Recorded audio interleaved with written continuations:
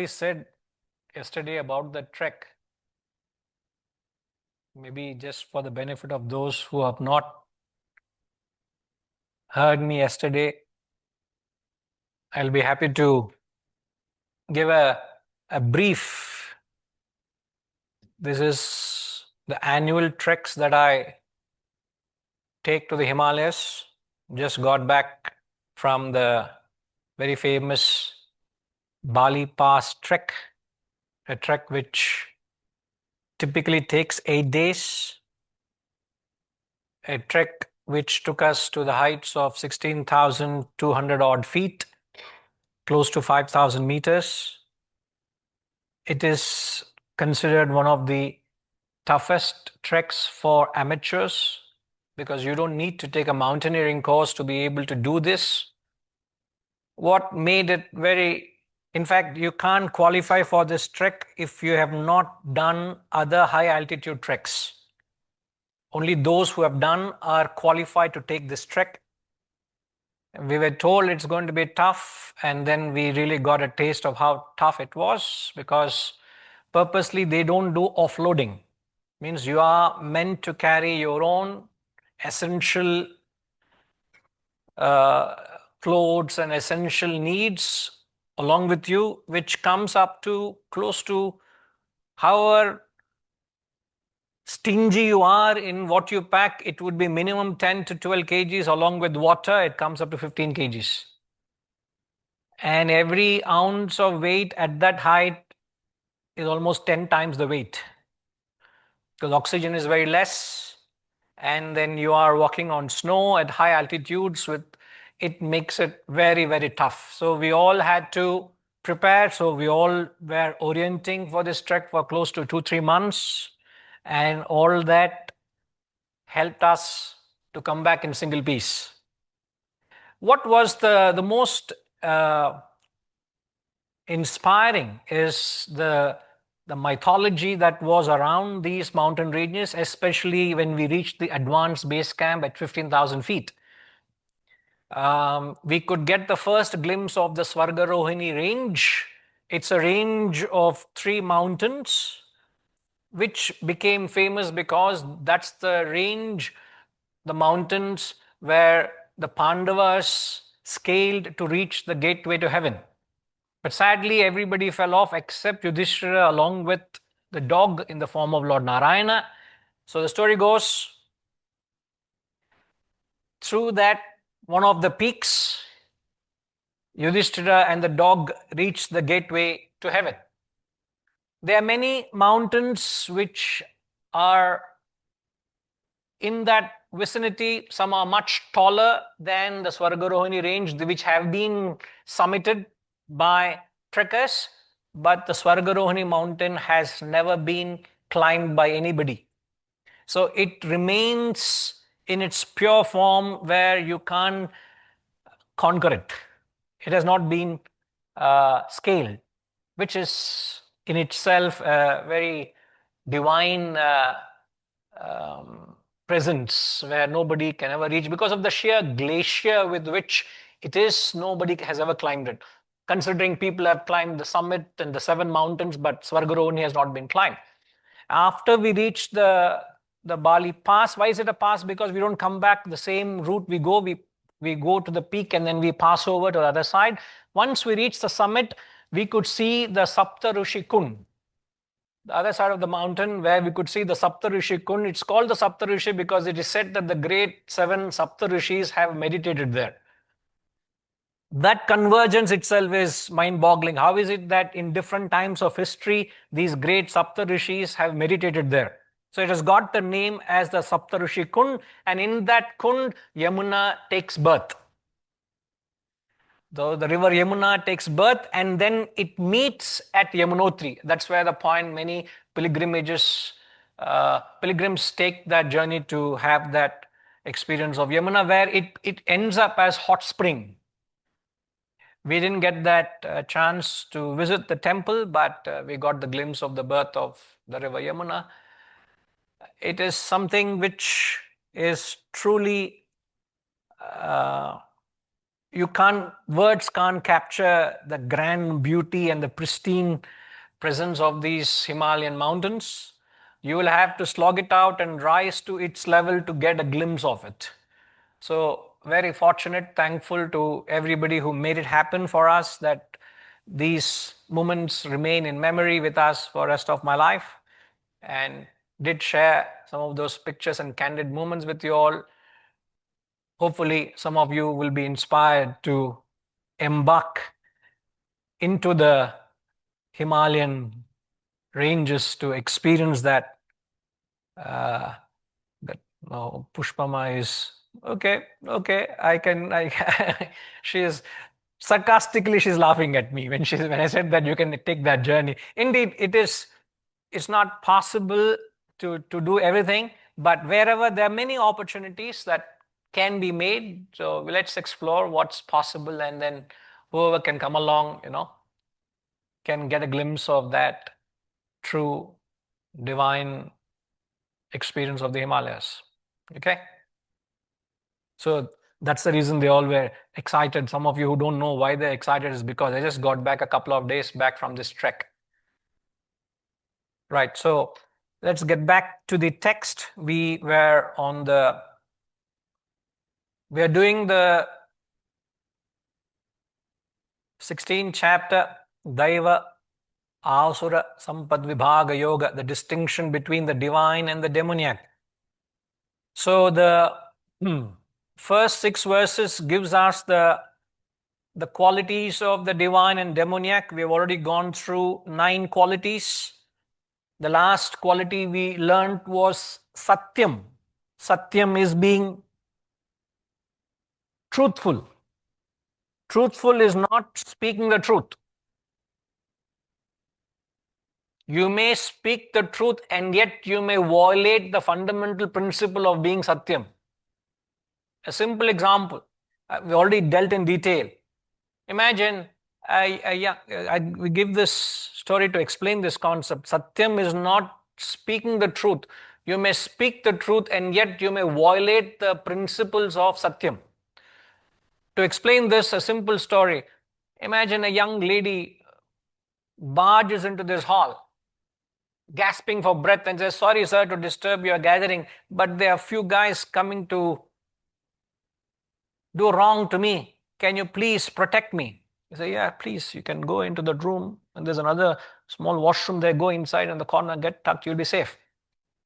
10 minutes later, 5 minutes later, these guys come up, and they also very apologetic to disturb the gathering. They ask you, "Sorry, Swami, have you seen a lady of this description?" "Ah, yes, there she is. Go, please go." I have spoken the truth. The result is that young lady's life is destroyed. So is speaking the truth upholding truth? What is being truthful? It's a very difficult quality to understand and practice in totality. I'm just giving an example. I may be speaking the truth, yet a wrong could be done. Yet in Mahabharata, there are many instances where false was spoken to uphold truth. Ashwatthama is dead. One such episode. What they did, they went and killed the elephant called Ashwatthama, and then they went and told in front of Drona, Ashwatthama is dead. Ashwatthama is Drona's son. And he couldn't handle the fact that his son, who was invincible, is no more. And he laid down his bow for a moment, and that moment he was attacked. Because if they could not take Drona out of the equation, they could not have established. It's not a question of winning the war, it's a question of establishing dharma.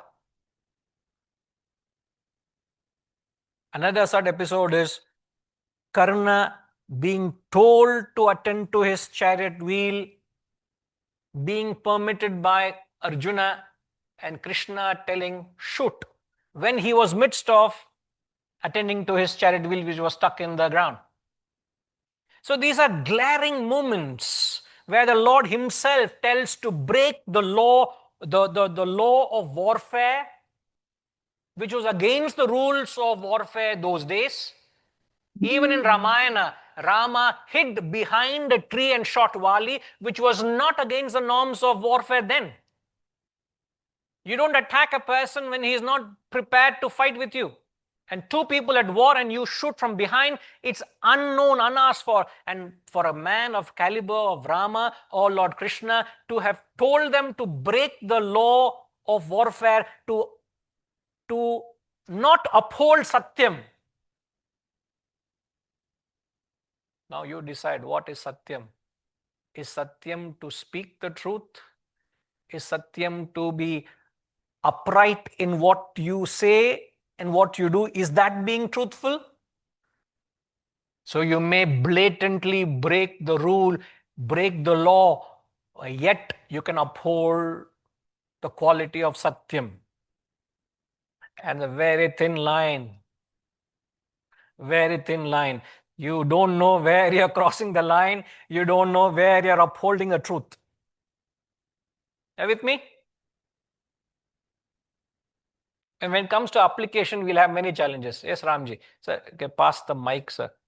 Surajji, maybe you want to keep the mic towards you and then Vijay, put the table. Surajji, I don't know, they're afraid of putting the table next to you. So, adi parvalla, but when I'm saying to switch the table, they're afraid of table. Turn the table to the other side. Yes, sir. So is there a difference between Satyam and Dharmam? Satyam and what is Satyam and what is Dharma? What is Dharma? Is it different from what is Satyam? I think you speak Satyam to uphold Dharma. But you here, the examples you have given, you didn't speak the truth correctly to uphold Dharma. Dharma was upheld at the end of it. Correct. So Satyam supports Dharma. So whatever Satyam is, it has to uphold righteousness. Satyam is being truthful. So it has to uphold the righteous. What is righteous? The larger good. Right. So that is Dharma. Dharma, what is right for me may not be good for all of you. So how can it be Dharma? So when it is done for Loka Sangraha, that is when it becomes Dharma or righteousness. For that you can break the rule of Satyam. No, you can break the rule which is upholding Satyam. It's not breaking Satyam. Satyam itself is upholding Dharma. So if I speak a lie and if I'm upholding Dharma, that is Satyam. Dharma is to protect that innocent lady. Correct. That is Dharma. But how can it be Satyam? It is a lie at the end of it. Therefore, this is where Satyam is not speaking the truth. It is the truth. That definition itself we are redefining. Yeah, you can't say I spoke the truth and yet it was not in the Dharma, the larger good of others. Correct. Then what Satyam am I doing? In certain cases, Dharma overrules Satyam. Or Dharma takes a higher priority than Satyam. Can you come again, sir? In certain cases, Dharma takes a higher priority than Satyam. So Satyam and Dharma are two sides of the same coin, sir. If it does not lead you to Dharma, the Satyam becomes Asatyam. See, first and foremost, you have to revisit what is your definition of Satyam. Is it merely speaking the truth? Is it merely being factual? Being factual may not be Satyam. That's what we are saying. I give you 3 examples of the lady. 4 examples you gave. What are the 4 examples? So the first example you gave of the lady. Second one. And then second is Rama and then Drona and then Karna. Yeah. I'm saying that in the first case, if we had told that she is there, that is Satyam, but that is not Dharmam. So to protect her, we are saying she is not there. So the very Satyam is Asatyam. Means it is no good. Therefore, we are redefining what is to be truthful. Yeah. What is truthful, sir? The last class, the last satsang before the trek, we gave the definition. Satyam is being true to my conscience. So conviction and conscience, that's what we talked about. Yeah. We did not talk of this element. Now, having taken further more into that quality, Satyam is being true to the conscience. So when you do an action, does it bring about a sense of Right. Conscience comfort? as to, no. Comforts your conscience. Hmm. So I'm sure if I had spoken the truth, it would not comfort me. Right. Comfort anybody. Knowing that an innocent lady's life is at stake. Correct. Correct. I may not know what caused them to act that way, but when she seeks my help, I should do whatever is in my good hands to protect her. That becomes my duty. It's not of my business to, why are you running away from them? Why are they chasing you? Is it legitimate for them to take that course of action towards you? It's none of my business. I don't get into that. But as far as I'm concerned, I should protect correct. her. That is, if in the same case a thief has come and then the police came next, we would have said he is inside. That is the truth and dharma both. You are complicated. No. I thought I will convey the message with 4 examples. With the 5th example, you are making it. No. I understand what you are saying. I'm just trying to conceptualize it. That is. It can't be this or that. See, the fact that we have opened up the quality of Satyam to upholding Dharma, now you will have to see if what I do, is it upholding righteousness? That's what I'm saying. Righteousness is a priority over others. That is what I'm trying to say. You may call it dharma, you may call it whatever by name. Yeah. Okay. In fact, so much so they're both one and the same. You can't separate Satyam and Dharma. Okay, sir. Moving further, I think we already done enough clarification in the quality Satyam. Moving further, the next quality is akrodha. Akrodha means absence of anger. Anger or temper per se is not bad. Per se, it is not bad. The emotion anger by itself is not bad. What is wrong is whether you lose control of that anger. So if I have to use an emotion anger to correct a child or to correct somebody, they say you can use your temper but never lose. So the moment I've lost control over the emotion, then it is dangerous, detrimental. So the difference, the quality comes in about to have an emotion vis-a-vis becoming emotional. What do you understand, Ramya? You're nodding the head. That's why I'm asking you. What did you understand? Not understood. Never mind. The difference is to have an emotion vis-a-vis when you become a victim of an emotion. When you become a victim of that emotion, you become emotional. It can apply to any emotion for that matter. It can apply to be kind or pity,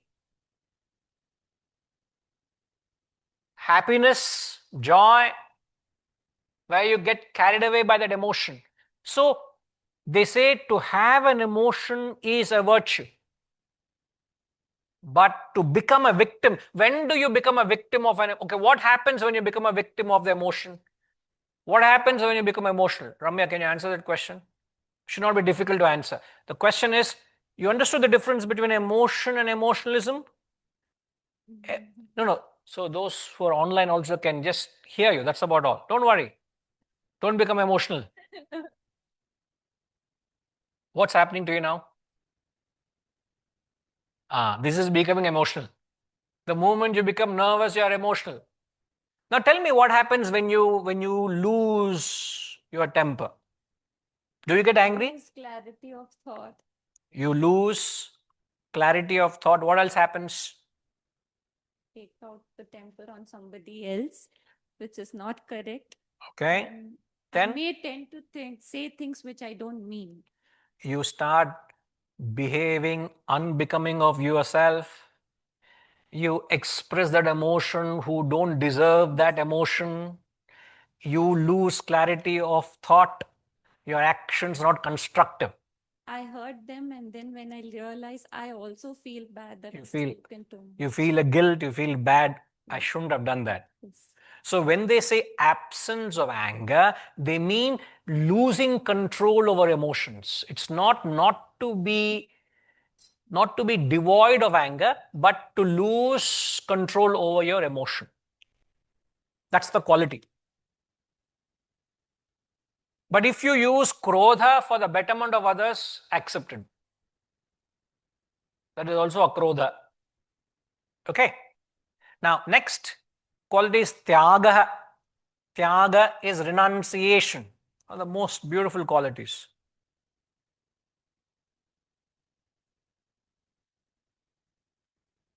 To understand this quality of renunciation, you must understand there are two types of people. Can you guess what are the two types of people?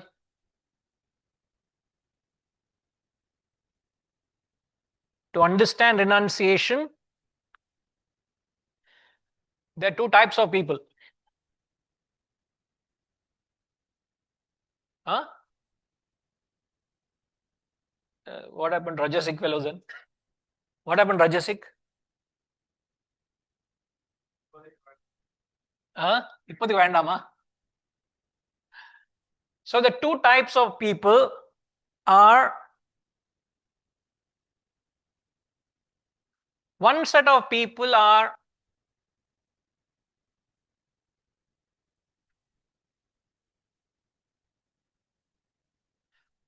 they're constantly indulging in everything in life. Indulging means what? Telugulo ఏమంటారు sir indulging ని? స్వామి ఏమంటారు తెలుగులో? Indulging ఏమంటారు తెలుగులో?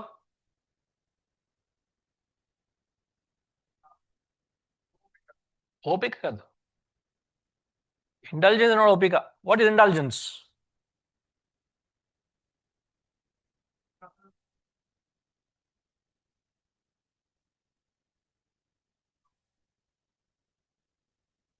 They are constantly indulging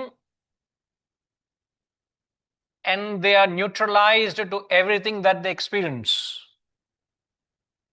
You have money, you got neutralized to money. You have, I'm sure we all have got neutralized to mangoes.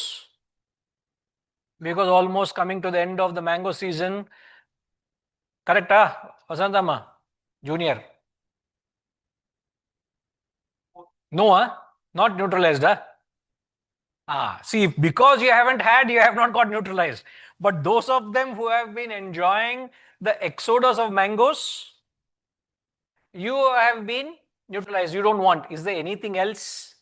So one set of people are indulging and the neutralized. Other set of people are denying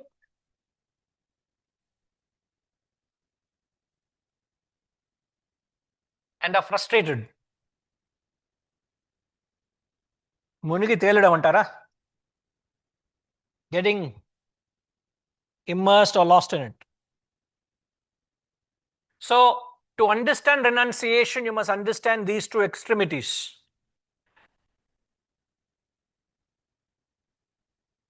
What is this category? VAP.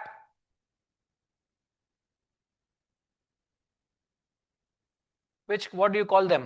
Which category are they?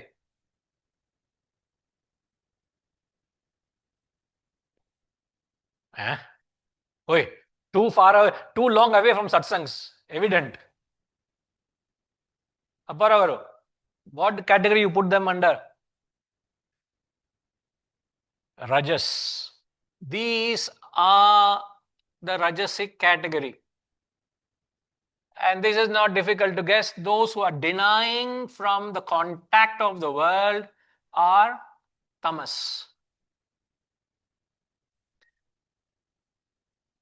Tyaga is a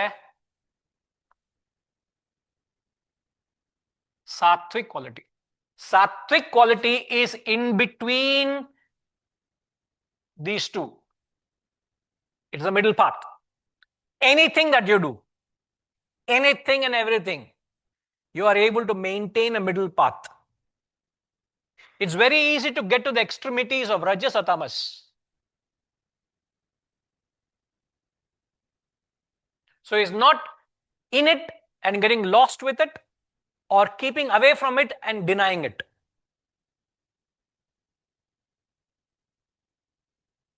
This is the best way you understand renunciation. This is the best way you'll understand sattva. Otherwise, you can't paint a picture of sattva. Are you with me, sir? మీ పేరు మర్చిపోయాను sir.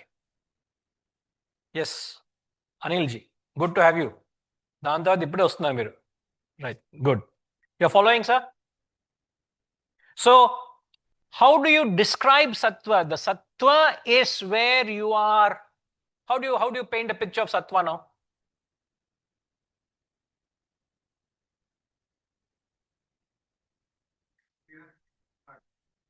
You are experiencing it, yet not attached to it. Sorry? You are neither denying, means you are in contact with it. Not indulging means you are not a prey to it. Means I can have a sense object, I can enjoy the sense object, yet I am not a slave to the sense object. Perfect. Tyaga is nothing but to be in it and out of it. A perfect example is a lotus leaf in water. Padma patramivambasaha. How to live a life? Live a life like a lotus leaf in water. The famous description in the Bhagavad Gita.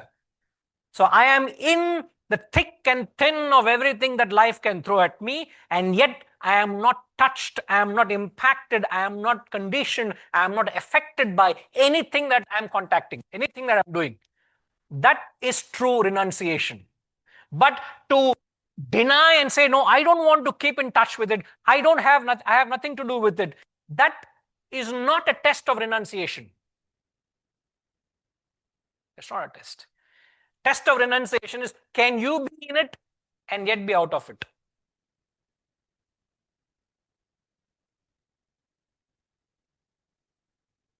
This is a true measure. So if you are not in it, then you can't measure your spirit of tyaga. Give you all, yes sir, give you all the wealth and then don't be attached to it. That is tyaga. Oh no, there are swamis who don't touch wealth. I don't know, my caretaker will take, they will take, my pradhan will take. I don't touch wealth. So how have you claimed to renounce? You are not even transacting wealth. Give you all the wealth in the world and then be detached to it. Be a Raja Rishi. Means if you have a quality, how do you, it has to be tested, no? Every product is proven only when it is put to test. How do you test your ability of tyaga? Be in the marketplace, be in it, and that's when you will know whether you have that spirit of being out of it. Yes, sir. No, you wanted to say something, not that I want you to say something. Reminds me of indulge means get in, indulge, enjoy it, because in indulgence is the pleasure of life. But get in with the power to get out. Have it, get in, indulge with the power to get out is to detach. But though if you Have go, it. if we go with the way we are describing indulgence here, that person is lost in it. Means you're already got yourself carried away. Yeah. You're not objective enough. You know, many people who say, I drink, but I have perfect control over how many drinks I have. I would say that guy is a tyagi. He's in it and yet not a slave to it. I have never had alcohol in my life. What tyagi am I? I have no desire for alcohol, nor I have vasana for alcohol, nor I'm interested in alcohol. So how can they say I'm a tyagi? What have I tyagam? Tyagam, what have you tyagi? Renounced?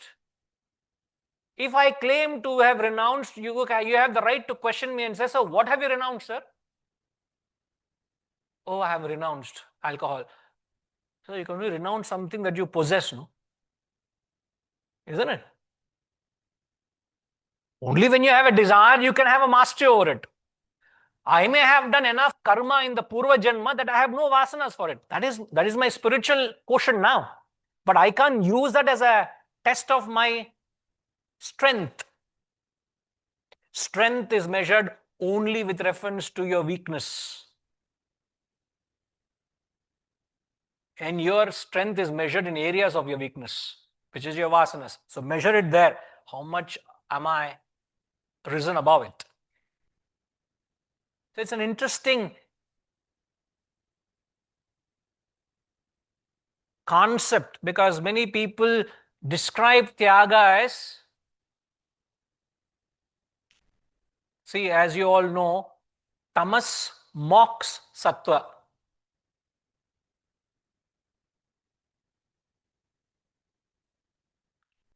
Tamas mocks sattva. What does it mean, tamas mocks sattva? Harish, you understand, you're following, sir?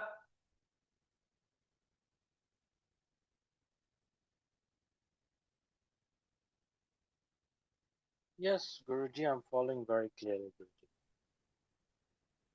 What do you understand by tamas mocking sattva? Because they both have a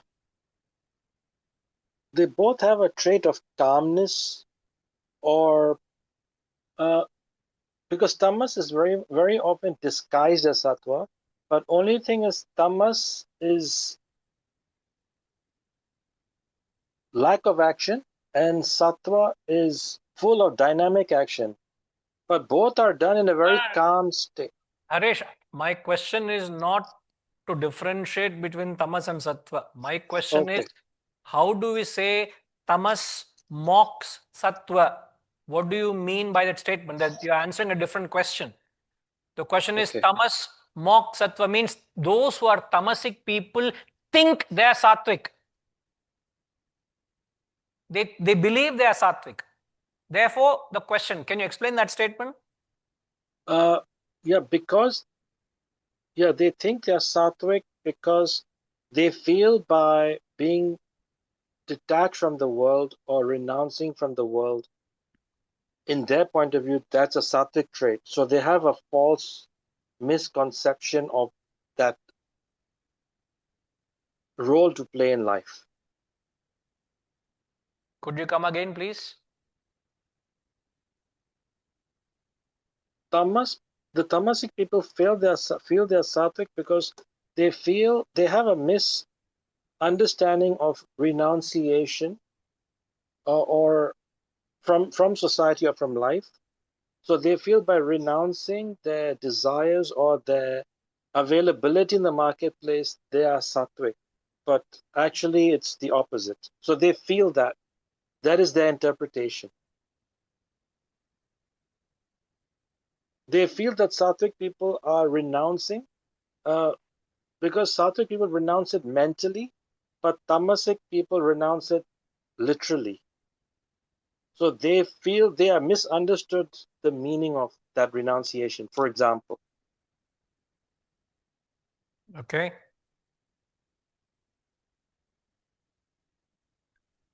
I still seek clarification, but I can leave you with that. Shantima?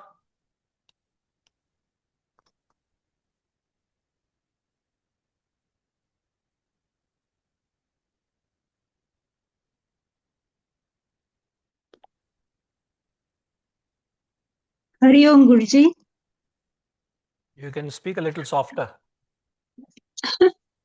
You're almost as if you're sitting next to me. So loud. Oh, And, okay. yeah, but you're very clear. Yes, ma, please. Yeah, so both feel bliss, Guruji, but the bliss, like the behind of it, it's like it's a different. One is bliss is because of tamas inactive, they get the bliss, but the other one is like dynamic and also uh, getting the bliss out of the dynamic action. Perfect. I think you have answered the question. Tamas mocks sattva. Tamasic person also feels blissful. A sattvic person also feels blissful. But the source of the bliss is something else. A tamasic person gets bliss from ignorance, avidya, A sattvic person gets the bliss because of his spirit of detachment. And the only way you know whether you're tamasic or sattvic is, okay, you want to know, okay, I have to be careful. I hope I'm not tamasic. How do you test yourself? అర్థమవుతుందా Vasanthamma? I hope I'm not tamasic. How do I test myself? It's not tamasic bliss. How do I know? Am I really detached from sattva? Is it the bliss I'm getting from sattva? Or is it the bliss? See, am I getting the bliss from the vidya or am I getting the bliss from avidya? How do I differentiate? How do I test myself for my own consolation?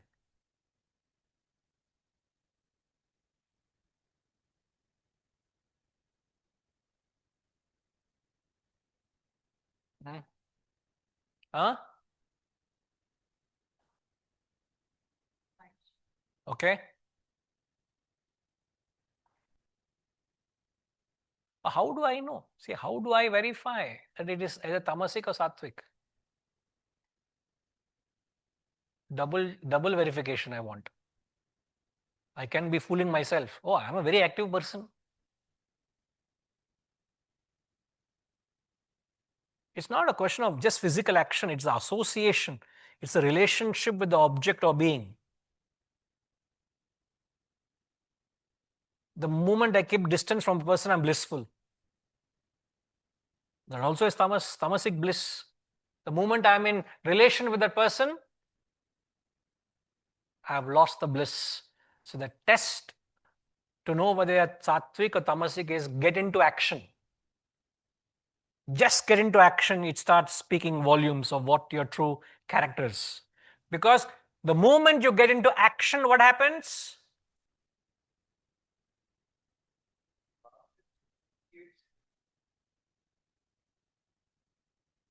No. When the moment you get into action, what happens? You develop attachment, rajas kicks in, you will be agitated. You have failed the test. But if you are able to keep yourself peaceful and happy in the garb of action, sattva. While you're acting, I'm as peaceful, as calm as possible. You have passed the test. The moment agitation comes in, that means you have failed the test. The bliss that you have got is not from. It's like you are very happy in the weekends. Come Monday, all your stress is gone. Stress comes back to you. So you're not Monday blues. And then Friday greens, huh? I don't know. What is Friday? What do they call Friday? Friday green, huh? Is it really? I don't know. I'm just saying. I could be wrong. So, Tyaga is to remain a middle path between indulgence and denying. And how to reach the sattva? What is the quality to reach sattva? The two qualities to reach sattva. What are the two qualities to reach sattva?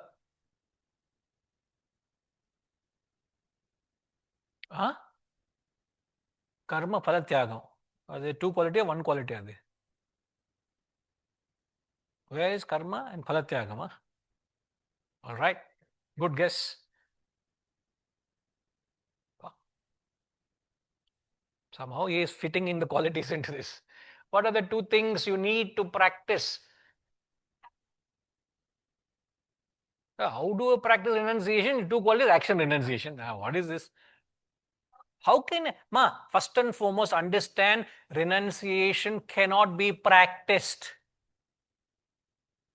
It is not a quality to practice, it's a state to reach. So don't try to practice renunciation. You make a fool of yourself. You can't practice tyaga. So don't practice tyaga. You do something else to get to tyaga. Therefore, the two qualities you need to practice to get to tyaga is the question. Tyaga is not a practice. Tyaga is a state. There's a cause and effect. So the effect is tyaga. What is the cause of tyaga? It's a difficult question. What are the two things that is going to bring about? Is two things is jnanam, knowledge, and withdrawal from the world. The two qualities you need to practice is gain knowledge and withdraw from the world to consolidate the knowledge. Do swadhyaya. So knowledge you learn must be backed with manana, reflection. And when you do these two are two pedals to a bicycle, to your progress. When you do this sufficiently, the more you do withdrawal, you will gain more ability to gain jnanam. The more jnanam you gain, you can reflect more. These two pedals will reach you a state where you're mentally detached.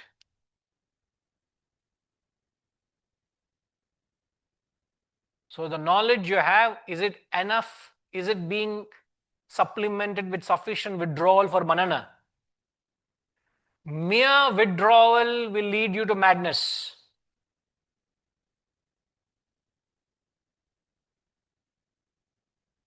Ramya, you got to repeat it after this. Huh? I hope your pen has become static. No pen, huh? Pen irkilya. What did I say just now? No, forget that. I'm asking. Very conveniently, she's saying, Ramya, what? What was the last statement I made? Mere withdrawal makes you mad.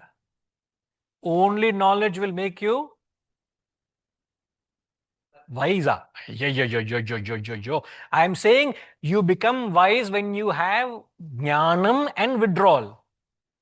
Only withdrawal will make you mad. Imagine I lock you up in an ashram. Or lock you up. I also is an ashram. We also stayed in ashram. But the ashram we studied where we had jnanam. There was a solid knowledge given to us. 3 years, 5 years of a curriculum was taught to us. And also the curriculum is taught in such a way that every 3 weeks Swamiji was traveling somewhere. And when he was traveling, 3 weeks we had to do examiners. So learn and digest what was taught. By the time he comes back, the examiners are ready. Again, the next course is taught. Again, 3 weeks is flying somewhere. Is somewhere out.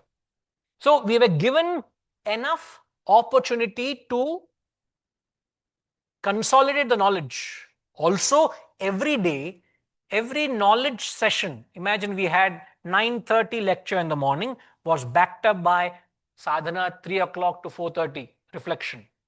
What was taught in the evening 6 a.m., 4 to 6 we had reflection. So every knowledge session was backed by swadhyaya. This is an ideal situation. Imagine there is no knowledge given and you are in a beautiful ashram with no knowledge at all. You are locked up in a beautiful facility. What will happen? Empty mind becomes a devil's workshop. Nothing to occupy the mind.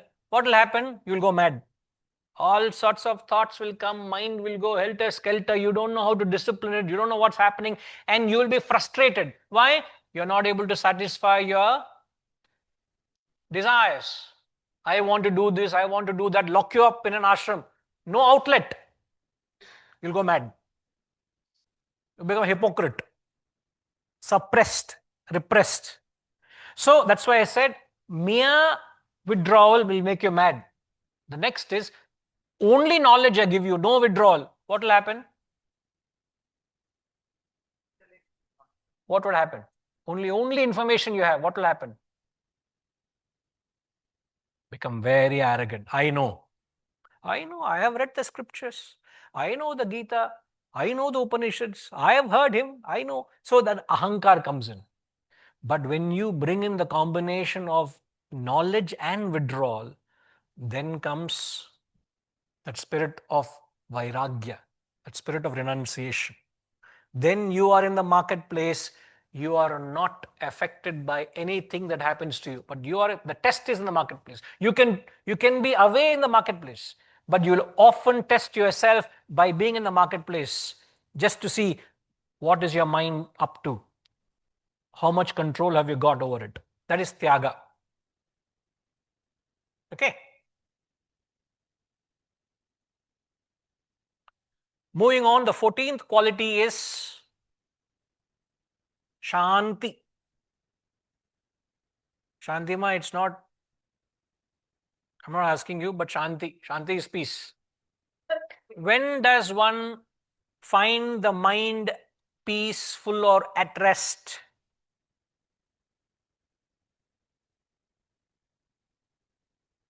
When is your mind Shanti? Don't say while asleep, Sureshji. A state of desirelessness. Perfect. A state, when is your mind desirelessness?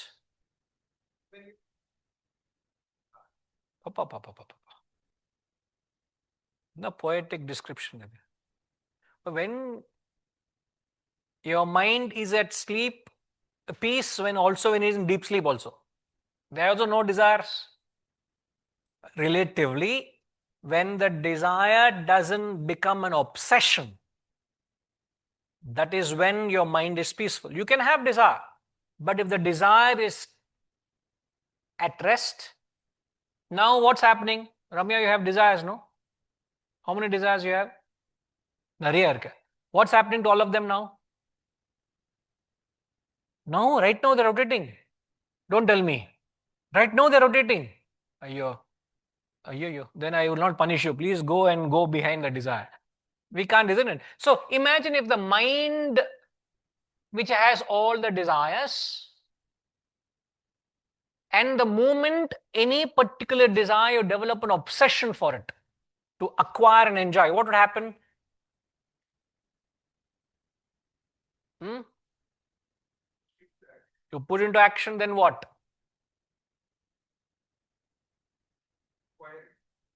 Okay, acquire it. Okay, fulfill it. Then what?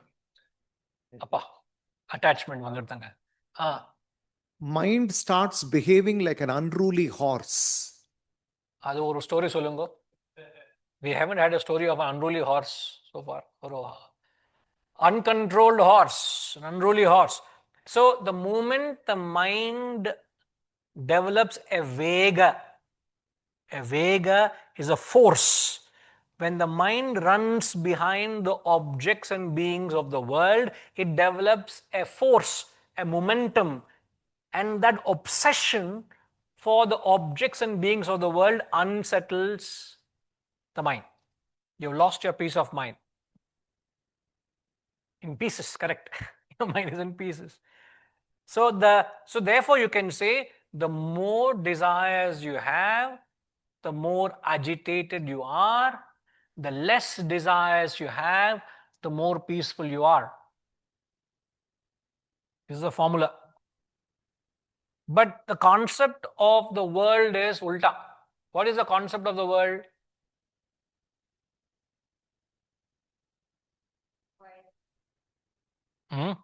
The concept of the world is they believe happiness is in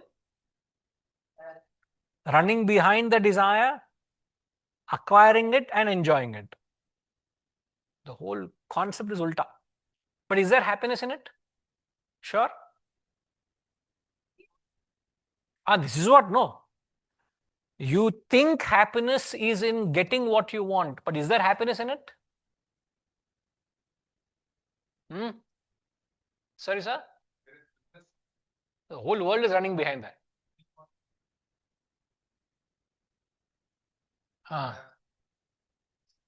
Oh, thinking of me. Why, sir?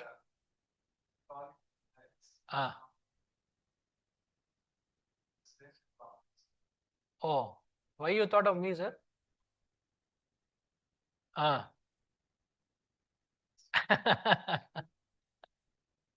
Fulfill desires. Very much. Wants. You know the World Cup which is happening in US, Football World Cup, which is happening Canada, US and Mexico. Information, sir. My loyalty is only to cricket. Cricket loyalty. Tamasic, as far as football is concerned. Correct. He is not renounced football. No desire for football. How can he say renounce football? Okay. So there was a social media, people were complaining that it is costing them $200 in New York to take a subway ticket. $200 a subway ticket to take them to the nearest station whereby they will have access to the stadium and come back. 204 ticket if you take in New York, in Manhattan. Dynamic price. And they were saying the ticket pricing is $200 per ticket because we have to provide additional security, additional manpower, additional resources so that we safeguard that event. Therefore, they are charging each one of you $200. So they all were very frustrated. If I have to take a bus, I have to pay $80, which will be very far away from the thing. And so on, they were complaining. So I have a desire, and that when the desire is unfulfilled, you have lost your peace of mind. So what is important to understand is, what is important to understand? What is important to understand? Less the desire, more the thing. That is easy to understand. But what is important to understand?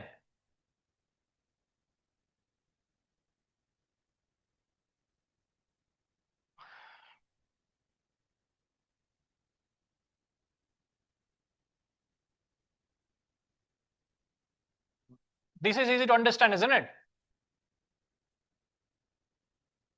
Desire produces agitation. Now, what do you mean produces? Whether it is unfulfilled or it is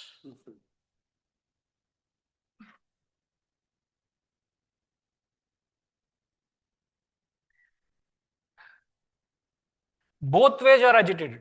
What is greed, sir? Greed, I want more. That also is unsettling you. Avarice, that fellow has got something which I don't have. Envy, that also is unsettling. Oh, he is much smarter than me. That also is going to agitate your peace of mind. This is easy to understand. But the point I'm trying to say is further than this. Desire produces agitation is, all of this is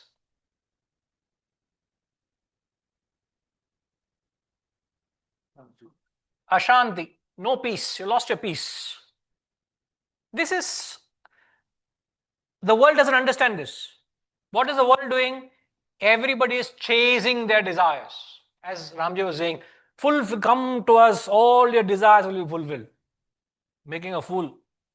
And the world also is falling for that, no? So it's only demand supply going on. But what is one step above this?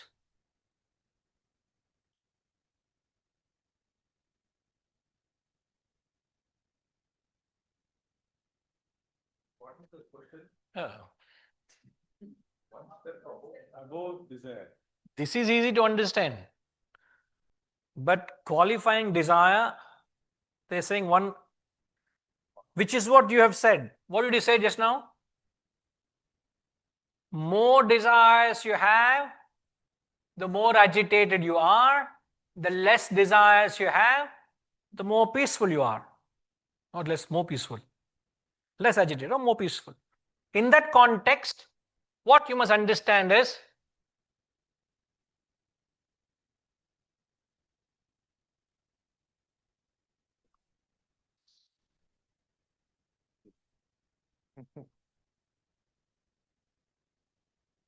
desire itself is an agitation.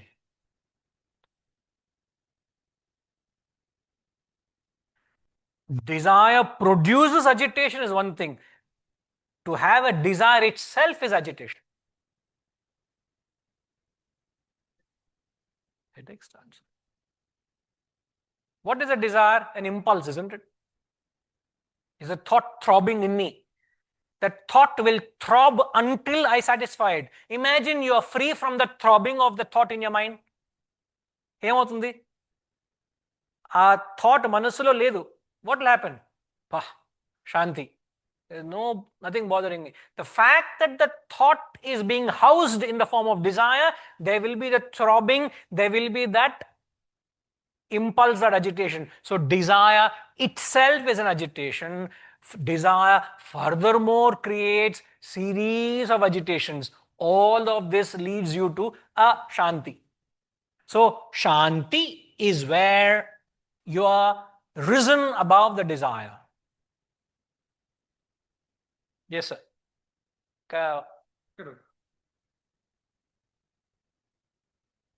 Yes, Setuji.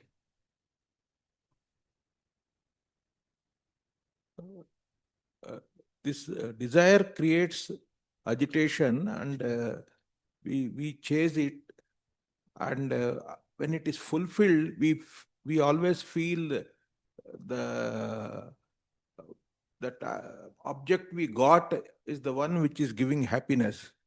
But actually, we are by naturally we are we are happy. Our normal state is happiness. And whenever we have desire, we are psychology time, we are postponing our presence to another 1 year or 2 years till the desire is achieved. And when it is achieved, we feel that is giving the happiness. But the truth is, we got back our natural state, which is giving happiness, not the object. Your natural state itself is happiness. Happiness. And we are postponing. Every day we have many desires, and so I am losing the present, and I am have to wait for this thing.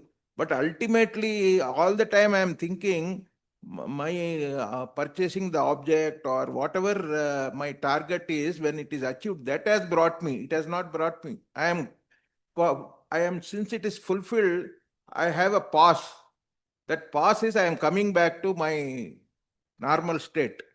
That is giving happiness rather than that's what I feel.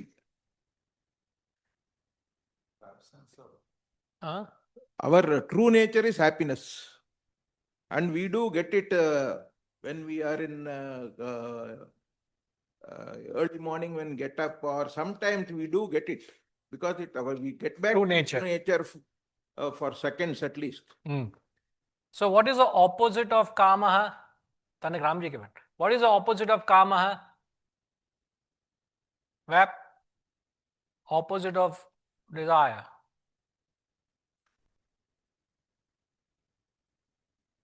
Not raining, sir. नहीं है raining बोल रहे हैं. REI, not REI. Raining desires.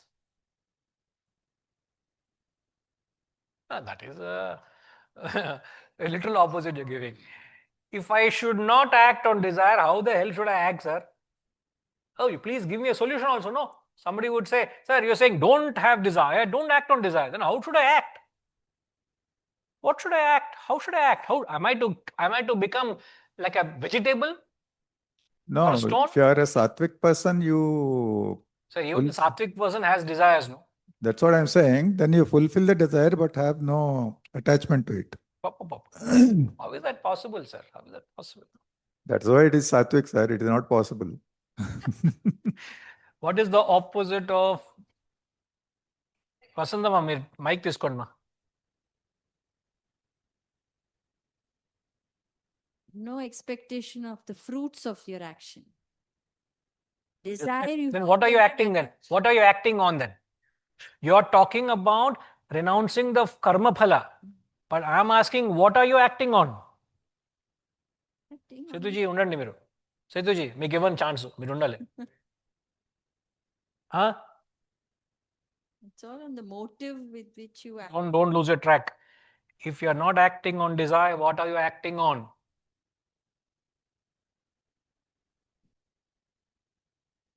You see the chat box? Can you see the chat box there? Can't read? Shantima, what did she say? What did she say, Ramji? Shantima చెప్పింది? Deserve. What did Padminama say? Duty. So the opposite of desire is acting on duty. Is it my duty to do so? Do so, that's all. And having done your duty, whatever fruits of action you get, accept it gracefully. Because in life, there's a law which says you get what you deserve, not what you desire. What determines what you deserve? Do your karma, do your duty, do your dharma, and then comes swadharma. So you, at every point, don't see when you say, see, you must understand clearly. When we say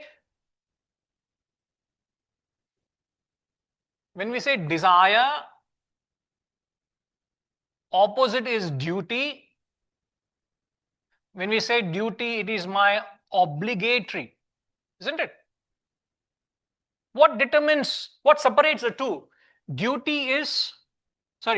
Desire is under the realm of the manas, the mind. Duty is under the realm of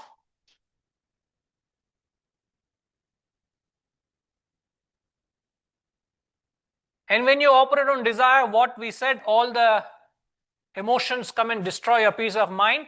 The moment you talk of duty, you're talking about a so your actions are driven on what is my duty towards my goal. That's all. Am I obliged to do it? I ask myself. Mind operates on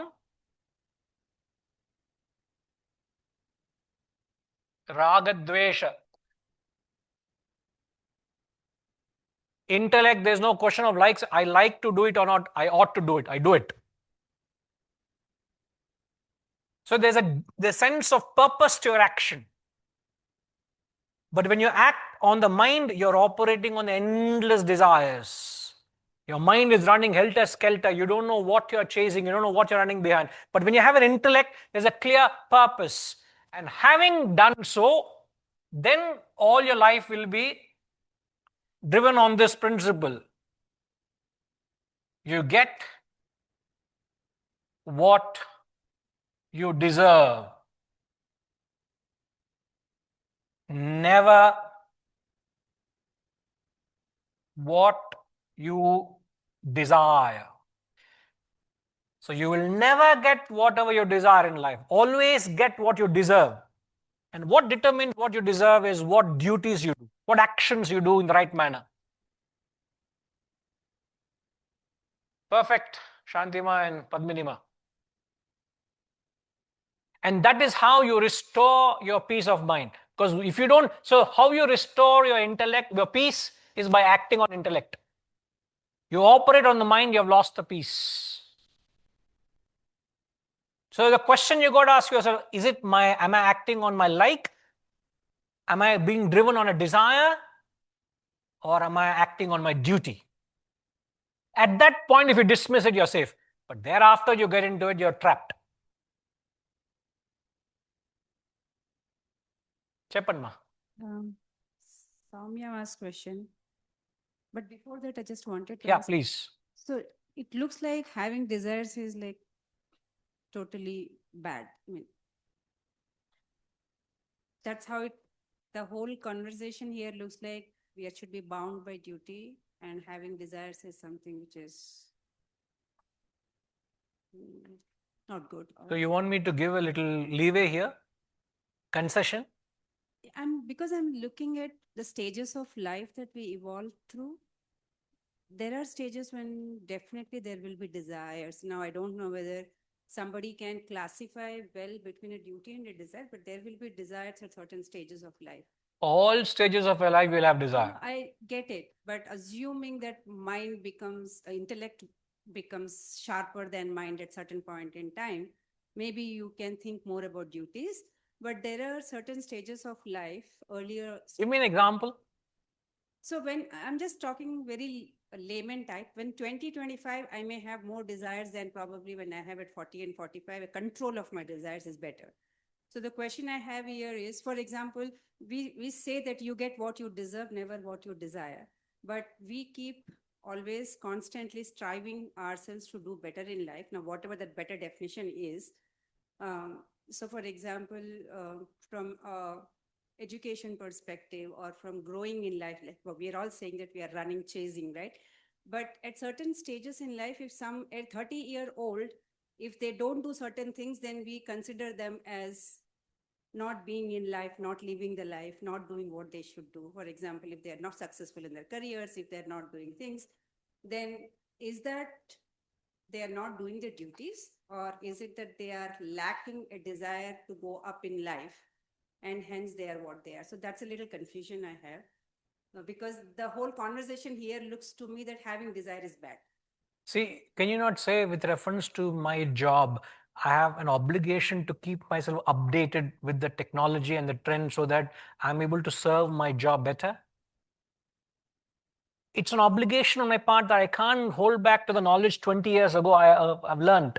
I need to be updated with what's the latest technology. Perhaps AI is coming into my works. I need to adapt myself to that. It's an obligation as a manager or as a managing director to understand so that I deliver my services well to the organization. So will you be able to convince the same things to a 30, 35-year-old or 20, 25-year-old? Any doubt? I'm asking you. because- Absolutely. There's no. As I said, if I'm obligated, I have every reason to get myself equipped and updated so that I serve the organization better. Otherwise, my job will be redundant tomorrow in the organization. No, that's the reality of life today. So, But you must understand, when we say what is it I've not spelt out, the moment you say desire, what's the connotation there? negative for me, it is negative. That's Yeah, what makes it negative? Can you tell me? What makes it negative? Indeed, but it is agitated mind. It no, is- you're talking of the consequences. But what makes the desire wrong? to operate it on likes and dislikes. Selfishness. You must understand the desire is qualified to be selfish and self-centered. The moment you talk of a goal, it is unselfish. Now you tell me, you're head of an organization. Do you want your employee force to be self-centered or driven to serve the organization? What do you want them to be? Are you giving them salary just to fill their pockets for themselves? Or you're paying them to serve the organization and grow? To serve the organization, obviously, and grow. Maybe it's a conversation for not today. We should Can. have that for a reason I'm talking that, because Yeah. that is No, but I just wanted to paint the picture moment you say, why is desire negative is because of this.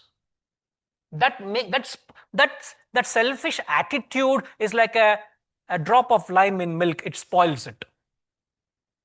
Desire by itself is not wrong. The moment you fall a prey to it, finished. Ravana wanted Sita. Now tell me what is wrong with the desire? that. No, it is no, you tell me. But desires are not, so that is a negative desire. And Desire is portrayed as negative. Please understand this. Don't be clouded by the whole Mahat or totality out there. so I desire to get into so and so role. Is it negative or positive? For what? For your own personal recognition, name, fame, popularity, money, I following? can execute things better if I have a role. There's a larger cause there. As long as your actions are driven for a larger cause, you're justified. That's why we're saying the moment you say it is my duty, it becomes refined. Your action gains precision, perfection. Then it becomes your duty for a cause. You're not acting on your impulses. You're not acting emotionally. You're not operating on your whims and fancies. See, all those terms, whims and fancies, impulses, irrational, operating on your likes and dislikes, has a negative connotation. Vis-a-vis, when I do, there is a reason. Okay, we'll talk later because I have a reason why I'm asking all of Perfect. this. But So this is Yeah. Samyama's question. Guruji, can desire ever be completely exhausted through enjoyment, or enjoyment creates more desire? you can exhaust knowledge through experience also, but you have to be very careful when you exhaust desire through experience. Not one experience, but multiple experiences you may have to go through to exhaust it, but it is only done with great caution, because obviously it means you have not been able to exhaust it through mere knowledge and withdrawal. Means you can't handle it with knowledge, therefore experience also is a means to exhaust it. You can. Yes, Shivaji. Mic it in.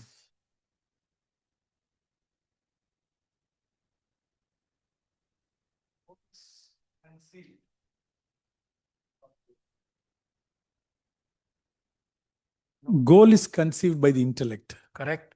Whereas with the desire, actually you deceive yourself with the desire because the mind is driving you in different directions. Correct. Whereas you have a clarity of thinking, and it's not just like that to come with a goal. It's not a football goal. It's a goal which you sit and plan it and see how we can work it out. Whereas a desire has got no such plans. One is unplanned, one is planned. One is very clear cut, Conceived. Thinking, conceived. Sir, if I may just. Yeah, please. I think also going back to what Vasantama is saying, that in life, this is not either or. In life, you have a mixture of some selfish desires, some unselfish desires, some selfless desires, some duties you do. If you have a duty towards your family, as a part of that duty, you want to buy a house because you want to provide that security to the family. That buying a house is a desire, but it is coming out of a duty. Even if you don't buy a house, it is okay, but you want to provide additional security to the family. So then you start earning money to buy a house, then all that whole cycle starts. So what is, and similarly in work also, that if you go through normal process, you might achieve certain things. But if you have a desire to do well in your job, you might do certain additional things, which might be taking away time from family. It may be taking away time from other things that you would like to do, your other obligations maybe. So these things are all together in life. I mean, nothing is a black and white situation. So I think the challenge is really how do you balance, and then how do you progressively move towards eliminating the selfish desires, then eliminate unselfish desires, then reach the selfless stage. As you are in the journey, that journey will take maybe many decades, but you will have this conflict throughout the journey. Conflict, if there is clarity, there's no conflict. So selfish person only operates on desires. Unselfish person operates on deserving. Because remember, even yesterday I made a statement, an unselfish person eats the remnants of sacrifice. Whatever comes from his sacrificial work, he's happy with that. If I get 5 rupees, I'm happy with it. If I get 100 rupees also, I'm happy with it. But I'm not chasing neither 5 nor 100. That I'm very clear. You get it? I am not driven on desire for money. But whatever comes out of your sacrificial activity, you're content with it. So you're operating on deserving, not desiring. Selflessness is only for self-realization. Put that category completely aside. So where's clarity? If I deserve to have a roof over my head, I will get it. So there was a student, I will not want to go into further detail, but I had a student who was so hell-bent that I must make sure my guru has a roof over his head. Many years ago, I'm telling this, putting the clock back more than 20, 22, 23 years ago. That person said, there is a man who does not have a roof over his head, and I will make sure he has a roof over his head.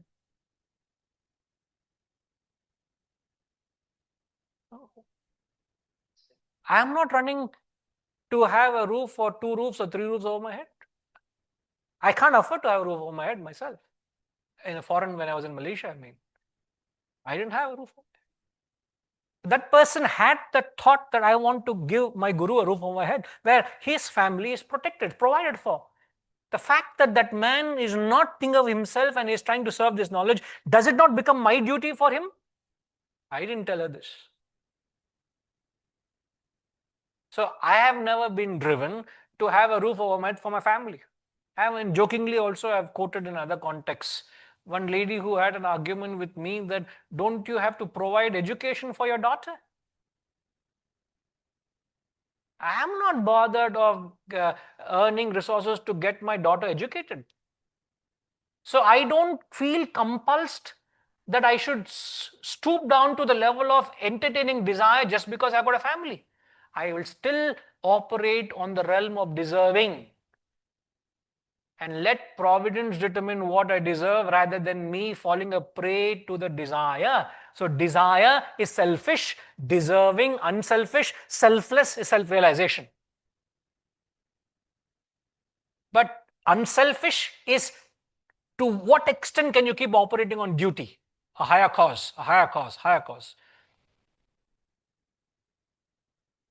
I don't want to trying to impress here, but it's very difficult to think moments where I've fallen a prey to a desire. Otherwise, it's just robotic action day after day is only doing a dharma, your duty, your duty. What comes, I don't care. Nothing comes. It never, fruits of action should never inspire you. I have never been demotivated by the fruits of action. Now, my goal is inspiring me. If this knowledge by itself doesn't inspire me, I should think twice of doing what I'm doing. Thereafter, what comes, how should I be worried about it? Whatever comes, karma phala, I'm content with it. Remnants of sacrifice. So it is an extraordinary driving principle. And to say that all my life I've been driven with this, and people around you they made my life their lives. And they started worrying about my future, my requirement, my necessity, to the fact that I'm not worried about it. And they see it. I'm not trying to be a hypocrite anybody here. I have not laid conditions on this knowledge. I am committed to serve this cause. Automatically, Providence will send its people to make things happen. Provide for your things. It never bothered me. Nor does it bother me. Never it is. So, selfish is all the time you are desiring. Unselfish is deserving. So, can you just do what your dharma is? You have a dharma, no? Why should I pollute it with selfishness? Every one of us in this classroom has a dharma, swadharma. Can I do my swadharma unselfishly for a cause? A soldier is in the battlefield. You were a soldier, Swami, earlier in your earlier lives. You never thought of providing you never looked at it as a source of a salary and a security for your family. You perhaps were inspired to serve the nation. Every time you passed by an army facility, they says, even this morning I was passing by the College of Defense Management. As you pass the building, it says, nation first. Every time you see that, you're inspired that I have to put my nation above my cause, above myself. And if my role that I play I can put my nation above myself, why not? Then whatever I deserve, so be it. I don't sit in judgment and say the army should provide this or you should provide this for me. Nah, no conditions. You just keep doing relentlessly. And that's how the desires keep fading away. They just get, it's not in the forefront. They just disappear. You just do your dharma. And then there's no greater happiness than that. No greater happiness. Sorry, sir? It's only a byproduct. It happened. It has to happen. Even in business, they say, but it's not your money that drives. Your purpose is not very clear. It's only that we have put our skill sets across. Money can come by itself. They made more money than anybody else. Anyway, thank you, sir.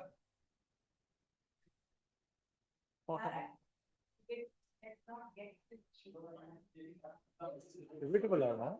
Debatable. No, I don't. Just what. Anybody is debatable. All right. Intellectual. We'll come back. Announcement before the prayer, after the prayer. What announcement?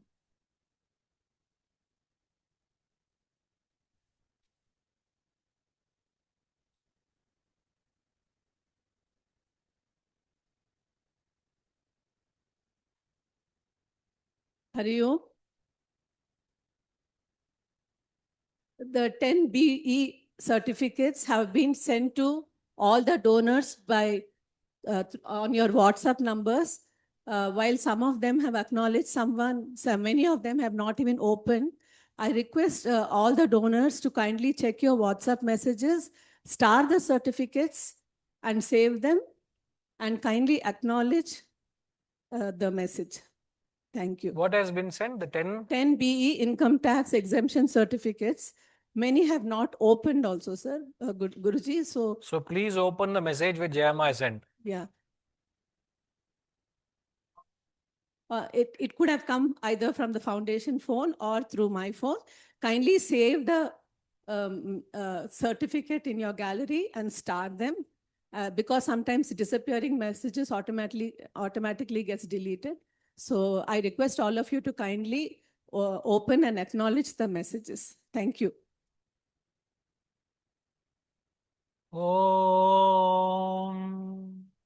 Purnamada Purnamidam Purnat Purnamudachyate Purnasya Purnamadaya Purnamevavashishyate.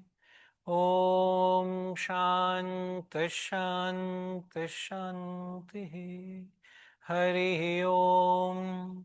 Shri Gurubhyo Namaha. Hari Om.